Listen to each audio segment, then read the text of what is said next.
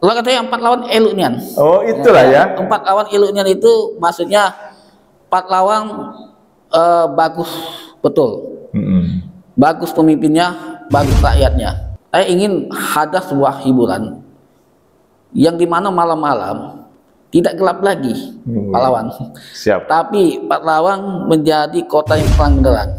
Bahkan saya ingin bercita-cita kalau bisa ada sekolah pertanian atau kuliah pertanian yang ada di Kabupaten Pahlawan yang untuk putra putrinya di Kabupaten Pahlawan, saya yakinkan, saya jaminkan ke depannya ada gratis.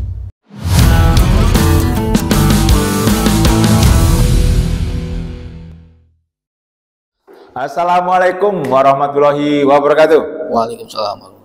Salam sejahtera untuk kita semua.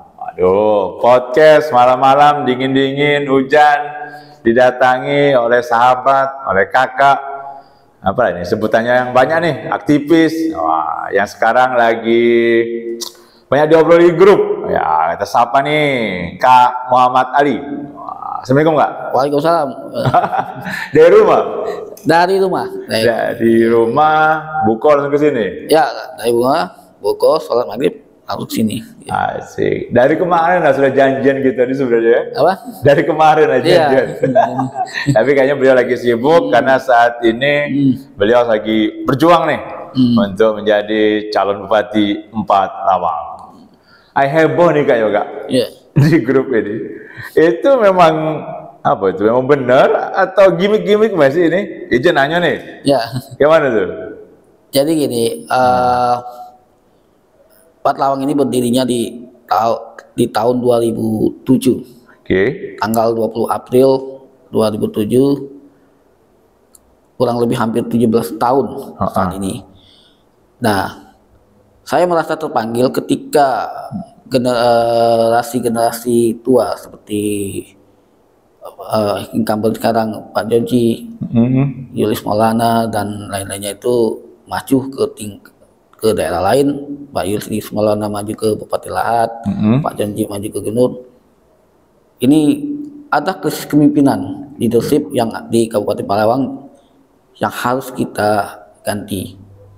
Saya merasa terpanggil, wah ini harus kita lakukan untuk pergantian kepemimpinan yang akan datang, regenerasi.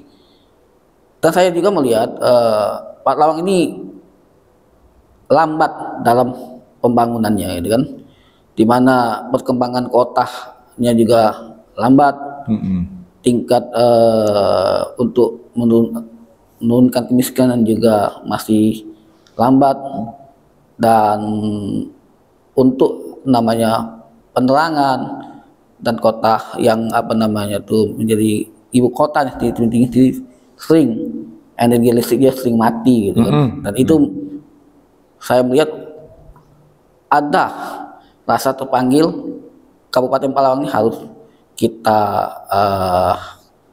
majukan lagi, karena pemekaran Kabupaten Pahlawan tidak lain adalah ingin Kabupaten Pahlawan harus maju.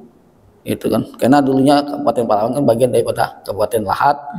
Dengan adanya pemekaran, mudah-mudahan rakyatnya lebih sejahtera dan kotanya berkembang. Itu memang sering mati lampu di Pahlawan. Berapa kali kesana kemarin, aduh, aku seringnya malam-malam mati listrik gitu. Itu memang kendala juga kayak di Pahlawan ya. Ya, saya melihat ini pasukan energinya yang belum di PLN-nya yang belum begitu besar, sehingga harus cari alternatif lah. Kalau ke depan, kalau saya terpilih akan saya akan dibereskan. Ya, harus dibereskan. Oke. Sambil ngopi Kak, sambil ngopi Kak. Ini kopi apa sekarang? Ayo Kak ngopi Kak. Sudah buka juga kita deh. Langsung aja diminum Kak. Oke. Izin Kak, kan mau bertanya-tanya nih. Biasanya kan putra daerah yang nyalon di suatu daerah. Kali ini memang putra daerah Pahlawan nih. Kalau saya memang asli putra daerah Pahlawan. Orang tua saya, bapak saya orang desa Batu Pance, Tebing Tinggi. Sedangkan ibu saya desa Kupang, kecamatan Tebing Tinggi juga. kakek saya juga sebagai tokoh di sana, pernah jabat namanya presidenan di sana. Memang ibu saya pernah menjadi camat, kakaknya pernah jadi camat di sana, bahkan kakek saya sendiri pernah jadi ketua DPRD Provinsi Sumatera Selatan dari Partai Golkar di era tahun 80-an, 85-an. Itu membuat saya termotivasi, yuk kita rebut kembali gitu. Wah, berarti memang ini pengunjung kalau kali ini selain putra daerah juga memang apa ya, ada sejarah dari kakek ya, kakek anggota ketua DPRD Sumsel kayak? Ya, ketua DPRD Sumsel dan pernah juga ketua Golkar. Ketua Golkar. Ya, Sumsel. Oke, ini nggak sekarang nih. Banyak orang kan pasti kan berpikir kan kalau sudah nyalon ini kan ada dalam tanda kutip nih bohir nih, penyandang dana nih, atau ada dana sendiri nih. Nah ini persoalan itu gimana nih Kak? Ya, kalau kita melihat begini, kalau dana itu pasti di zaman pemilu yang saat ini, yang pemilu yang saya anggap transaksional, dan ketokohan atau kontribusi yang diberikan juga hampir dipastikan 50% atau 30% tidak menjadi jaminan untuk memilih, dan saya juga tidak akan melakukan hal-hal yang negatif juga. Tetapi saat ini dana yang saya dapat itu dari dukungan keluarga, teman-teman, dan adalah orang-orang yang simpatik pada saya. Ayo kita bangun pahlawan. Sudah komunikasi belum nggak dengan tokoh-tokoh pahlawan kayak gitu yang sudah senior? Kalau komunikasi bangun saat ini masih berupa WA. Seperti ada ketua ketua Kabupaten Pelawang, ikatan keluarga Kabupaten Pelawang di Pak Abdul Sobut. Ada sekretarisnya Pak Amir Rusni dan tokoh-tokoh lain. Ada penamatan Pangdam Bukit Barisan sudah saya coba hubungi. Ada juga mantan hubungan internasional Pak Napoleon Bonaparte. Itu sudah saya chat, dan tokoh-tokoh lain. Ada juga Pak ibunya, anaknya Pak Damdami saya hubungi. Oh, Ibu Ana ya? Ibu Ana, bahwa saya ingin maju Pahlawan dengan niat tulus, ingin memajukan Kabupaten Pahlawan gitu. Kak, walaupun Pak Lawang ya, kalau memang jadi nih Kak Jonci tidak lagi nyalon di sana, entah ke daerah mana atau entah ke provinsi, tapi kan masih banyak nama-nama yang santer kayak Kak David, terus yang lain yang mau nyalon. Ini persaingannya kan masih kenceng nih Kak. Gimana nyikapinya nih? Saya melihat ini bahwa semua yang calon kuat, gitu kan. Tetapi hitungan saya, Pak Lawang ini punya 10 kecamatan, 147 desa, 9 kelurahan, dan kecamatan terbesar adalah kecamatan Tebing Tinggi. Tebing Tinggi, ya, dengan DPT-nya terbesar, Tebing Tinggi. Saya melihat bahwa hitungan di Tebing Tinggi hanya beberapa kandidat yang mau calon. Ada David, ada Holda, itu yang santer, yang mau jadi calon bupati. Ada Saiful lah dari PKB, Saiful Jahri. Nah, hitungan saya mereka kuat karena mereka lahir di tempat yang DPT-nya terbesar. Nah, saya melihat bahwa ketika saya maju, yang saya takutkan hanya satu orang, itu Pak David. Saya anggap saya takutkan dia, tapi saya anggap masih bisa di atas dia. Gitu. Kalau Kak David ya, karena beliau saat ini masih anggota DPRD ya, DPRD Sumsel. Terus kita bicara soal yang sederhana ya, tapi ini penting ini. Mau independen atau partai politik sih? Kalau sekarang ini saya tetap masuk dalam kancah partai politik. Karena kalau untuk independensi saat ini saya kan baru tidak mempersiapkan 2 tahun atau 3 tahun yang lalu enggak untuk mencari, tapi sudah ada lah partai politik yang melirik saya, ayo maju, kita lihat akan survei kamu nanti teman. Tapi kakak bukan anggota partai kan sampai saat ini? Atau sudah punya kartu anggota partai tertentu? Belum ada. Tapi ada partai politik yang mengatakan saya siap dukung kamu. Ada 2 partai politik yang mengatakan ayah siap dukung kamu. Saya tunggu survei kamu.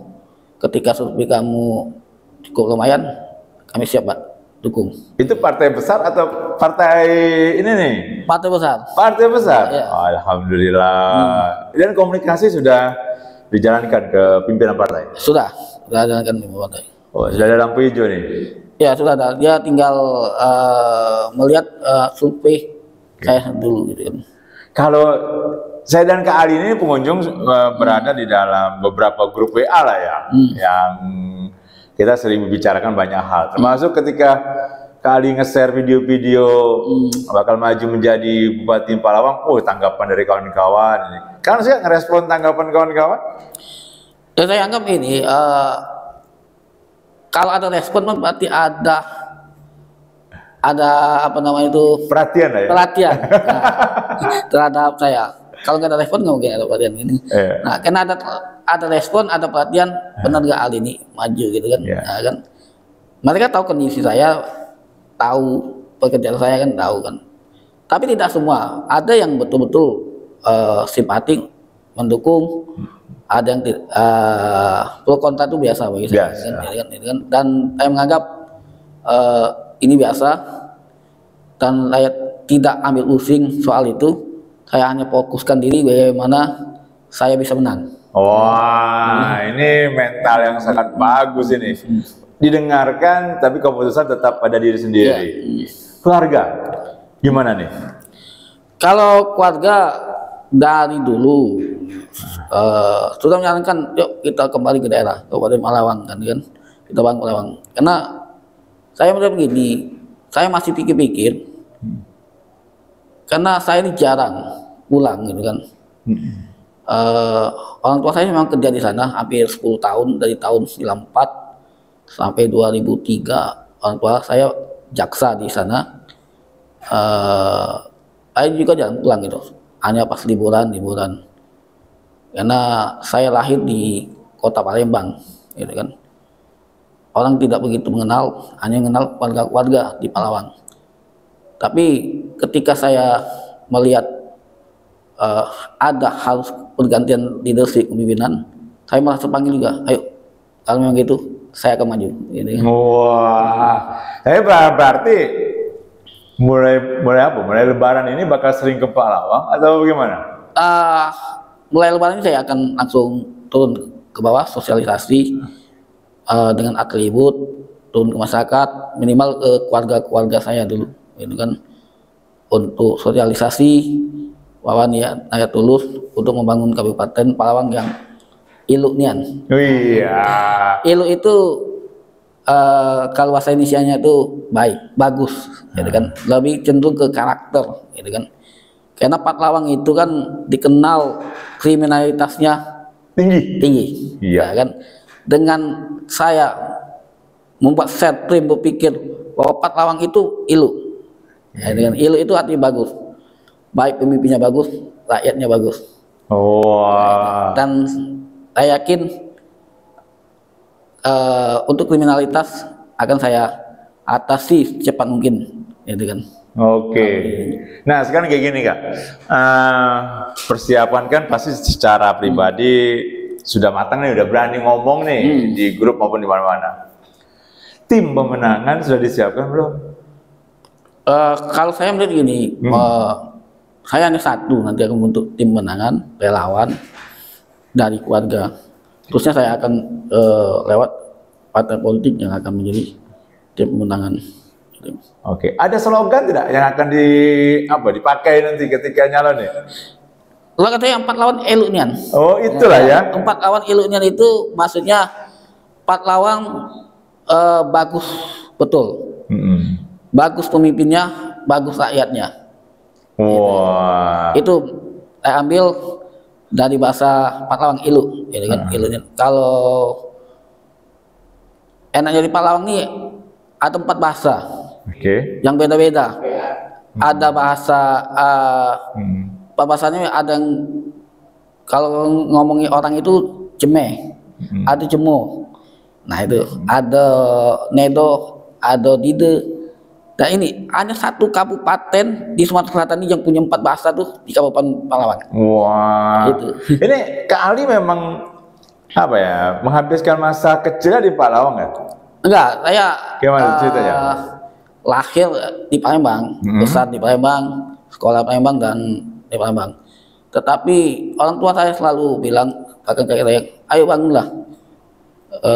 Saya ikut juga ambil dalam pemekaran Kabupaten Patlawang. Kita bangun Kabupaten Patlawang.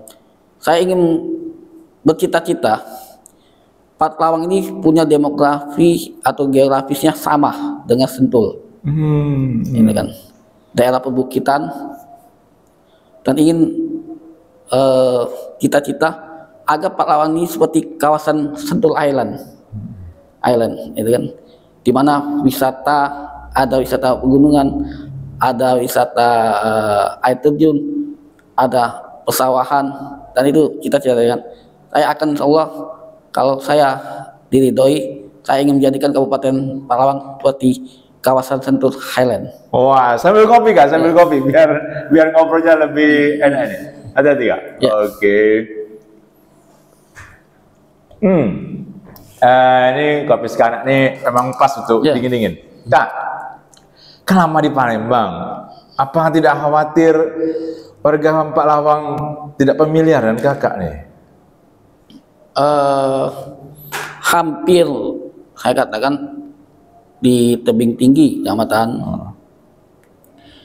20%, hampir 30% itu keluarga besar saya. Pendopo, terus Pasmait itu. Banyaklah tokoh-tokoh Patlawang yang terdahulu, ada mantan rektor Unsri, ada ketua DPR, ada dua ketua DPR malah 2 kali, Pak Jamjami dan Pak kakek saya Jenderal Wining.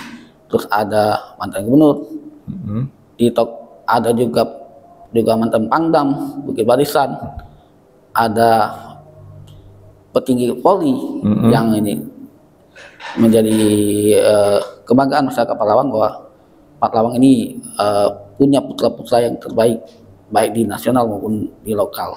Hal ini memang sudah lama Kakak rencanakan atau ini dalam bulan-bulan inilah baru terpikir untuk mencalonkan diri Patlawang? Kalau rencananya sudah ada sekitar 5 atau 10 tahun yang lalu.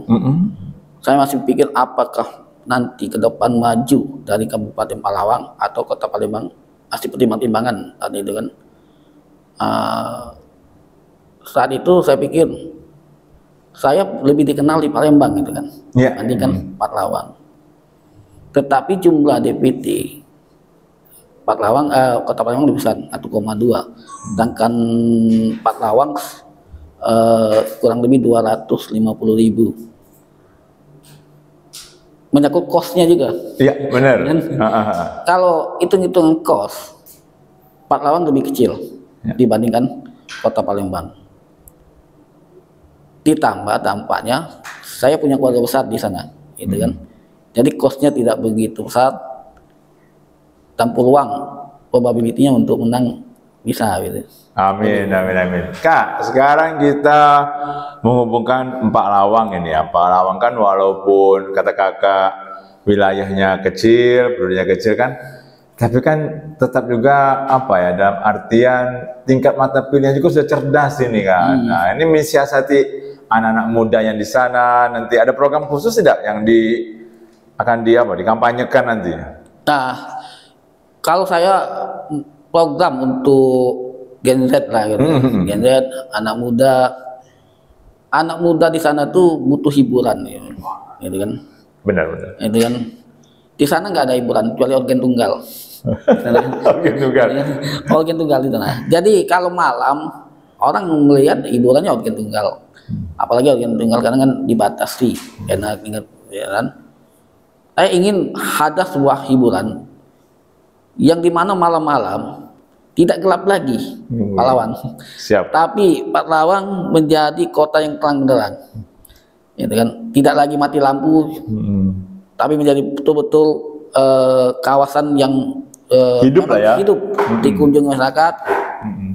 Kita melihat seperti kawasan karena saya hampir 2 tahun di bolak-balik Palembang, Jakarta, Bogor, saya melihat kawasan Tetuli mirip sekali dengan Kabupaten Palawan. Kenapa? Saya bercita-cita ingin tadi itu baru tersiap, lebih baik saya akan jadikan Palawan seperti kawasan Sentul Highland. Ya, cakep ini untuk cita-citanya. Tapi kali ini kan kemungkinan politik bergulir terus ya. Saya punya pertanyaan yang menggelitik ini. Ya kalau Kak Jonci tidak mencalonkan lagi, kalau beliau mencalonkan lagi, masih mau mencalonkan diri di Palawan? Ayo. Jadi gini, ini kan politik kan waktu demi waktu kan bisa berubah, gitu ya, kan? Pasti. Waktu demi waktu kita belum tahu apakah benar Kak Jonci maju sebagai orang nomor 1 di Sumatera Selatan, atau Kak Yulis Maulana maju di Bupati Lahat. Belum tahu mungkin, tapi saya sudah yakinkan saya tetap maju gitu. Meskipun nantinya Kak Jonci masih tetap maju atau Kak Yulis Maulana untuk maju, saya tetap maju untuk perjalanan di Bupati Palawan. Kalau nanti nih kita berandai-andai dulu nih sama pengunjung nih ya, diajak jadi calon wakil bupati oleh salah satu, atau masih tetap mau bupati? Jadi gini, saya lihat survei, ya kan? Survei, kalau memang nantinya saya surveinya itu lebih kecil dan cenderung untuk wakil, ya saya siap untuk jadi wakil bupati, gitu kan. Tapi keyakinan saya tetap pilih orang itu. Wah, jadi apapun yang terjadi tetap berjuang untuk berusaha benar-benar mencalonkan diri di Palawan. Oke, ini Kak sekarang nih, ini sudah di penghujung podcast, nggak terasa udah 20 menit, tapi nanti datang lagi ke sini Kak, kalau sudah mantep, sudah dapat partai, sudah dapat pendukung, kita ngobrol lebih rinci lagi soal program-programnya. Pertanyaan saya terakhir nih untuk Empat Lawang, walaupun benar-benar dikatakan yang paling ujung nih, termasuk yang paling pinggir di Sumbaksel, potensi-potensi alamnya kan luar biasa tuh. Termasuk juga bisa dikatakan banyak nih masih perkebunan. Kalau Kak menyoroti hal itu bagaimana tuh Pak Lawang? Pak Lawang itu kalau perkebunan kecil, dia lebih cenderung ke pertanian. Pertanian dan perikanan dan peternakan itu di Kabupaten Palawan. Maka saya bilang bahwa ke depan saya akan jadikan bentuk percontohan, bibit percontohan pertanian ada di Kabupaten Palawan. Karena mayoritas penduduknya, mata pencariannya adalah petani. Itu saya ingin menjadikan industri pertanian yang ada di Kabupaten Palawan dari petani yang tradisional menjadi industrialisasi. Bahkan saya ingin bercita-cita kalau bisa ada sekolah pertanian atau kuliah pertanian yang ada di Kabupaten Palawan, yang untuk putra-putrinya di Kabupaten Palawan saya jaminkan ke depannya ada gratis.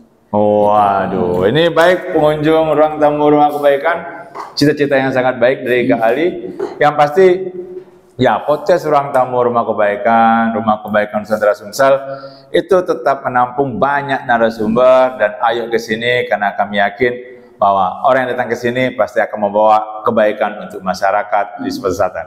Kak, terakhir sambil minum, ini kopi Skana, semoga bisa dinikmati, silakan datang. Dan pastinya pengunjung Ruang Tamu Rumah Kebaikan, sebelum saya tutup podcast kali ini, kita sama-sama berharap siapapun yang mencalonkan diri di kepala daerah, di daerah yang ada di Sumsel maupun di Sumatera Selatan, tetap memperhatikan kepentingan rakyat di atas kepentingan pribadi. Pastinya kita sama-sama lihat bagaimana perjuangan dari Kak Ali, dan kita sama-sama ayo mengawal janji-janji beliau ketika nanti menjadi bupati di Palawang. Amin ya Allah. Kita tutup podcast kali ini. Terima kasih atas perhatiannya. Wassalamualaikum warahmatullahi wabarakatuh. Salam sejahtera. Waalaikumsalam warahmatullahi wabarakatuh. Sukses Kak. Oke.